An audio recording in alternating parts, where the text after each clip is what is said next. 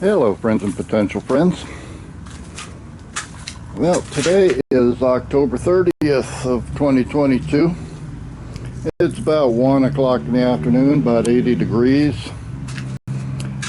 And figured I'd start out on the front porch this afternoon because my first salad tower is coming along nicely. I've got 4 different types of lettuce planted in that, then a row of nasturtiums, and then my mint down at the bottom so that it can fight it out with the morning glories. Second tower, I've got 6 garden peach tomatoes. I plant them in the tower out here on the front porch away from any of my other tomatoes so that won't get any cross-pollination from them, because I'm planning on collecting seeds from those.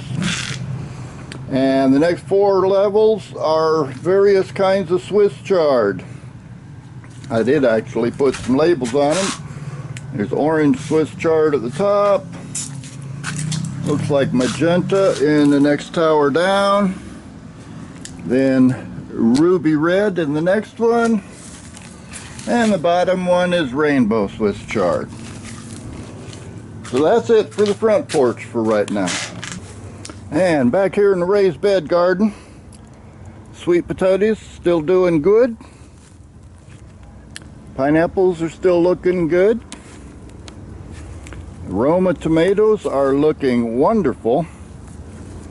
I've been cutting suckers off of those and pollinating all the flowers that I find.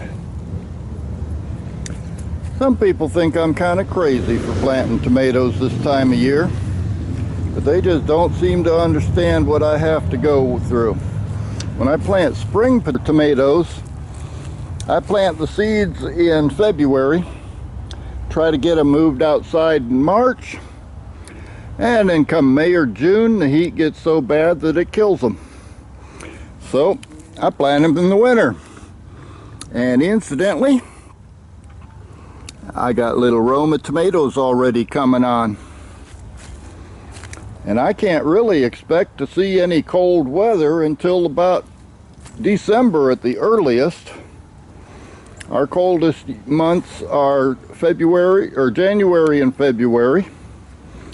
So these things have got a few more months to grow before I have to even worry about any cold weather. These are the garden peach over on this side, and I'm getting some blossoms out of them too. On the other side, I've got mule team and red brandywine. They're still pretty small, but they'll be popping up here before too long. Sweet potatoes from seed, well, they're out of control, and they're making seeds all over the place. I think I'm gonna have these things for the rest of my life. I'm thinking about cutting a few of those vines off that are trying to reach for the other beds, and stick them in water and root them, and then plant them as slips, see what that does. One of my friends, Rick, at Gardening with Bar Chucking, came up with that idea, so I'm going to give it a shot. I did pull up the first planting of okra, and I'll probably put a few more tomatoes in this bed, or maybe something else. I've got plenty of other seedlings starting up in the lab. Well, my second planting of okra is still producing. I'm getting 3 or 4 pods every day off of these ones. And there's a couple that are almost ready to come off. And then I got this one big boy down here that I've decided I'm going to let that one go to seed. That's Clemson Spineless, so that'll give me plenty of seeds for next year. And I came out this morning and planted 6 cabbage collards, 6 red Russian kale, and 6 orange Swiss chard plants in here, seedlings.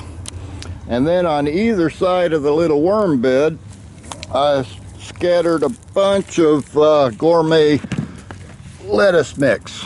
And incidentally, yes, I did put some shredded up paper into the worm bin, and there's a little bit of food in there too. I haven't really dug around to see if I've attracted any worms yet, but they'll show up.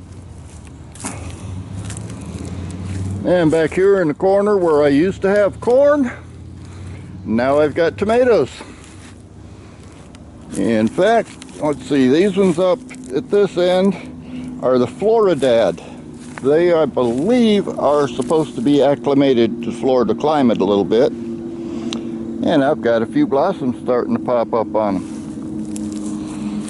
The next ones in line are Boxcar Willie. Then we have 2 rows of Amana and 2 rows of those beefsteak tomatoes that I saved seeds from the grocery store back in 2017. I still need to clean up the purslane bed, but I've got a lot of brassicas that'll probably be going in there.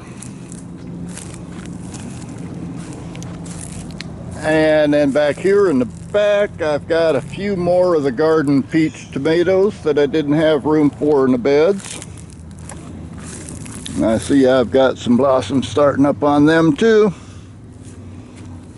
I'll probably be eating tomatoes in the next month. And this is patience bed, still doing what it always does, just keeps on growing.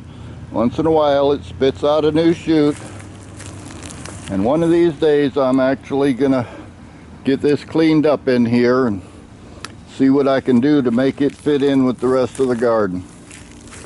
But just a quick walk around for right now. I am getting the green fix going, so when y'all start pining for a little bit of green, come on down. I should have plenty to show you. And with that, I'll see you next time.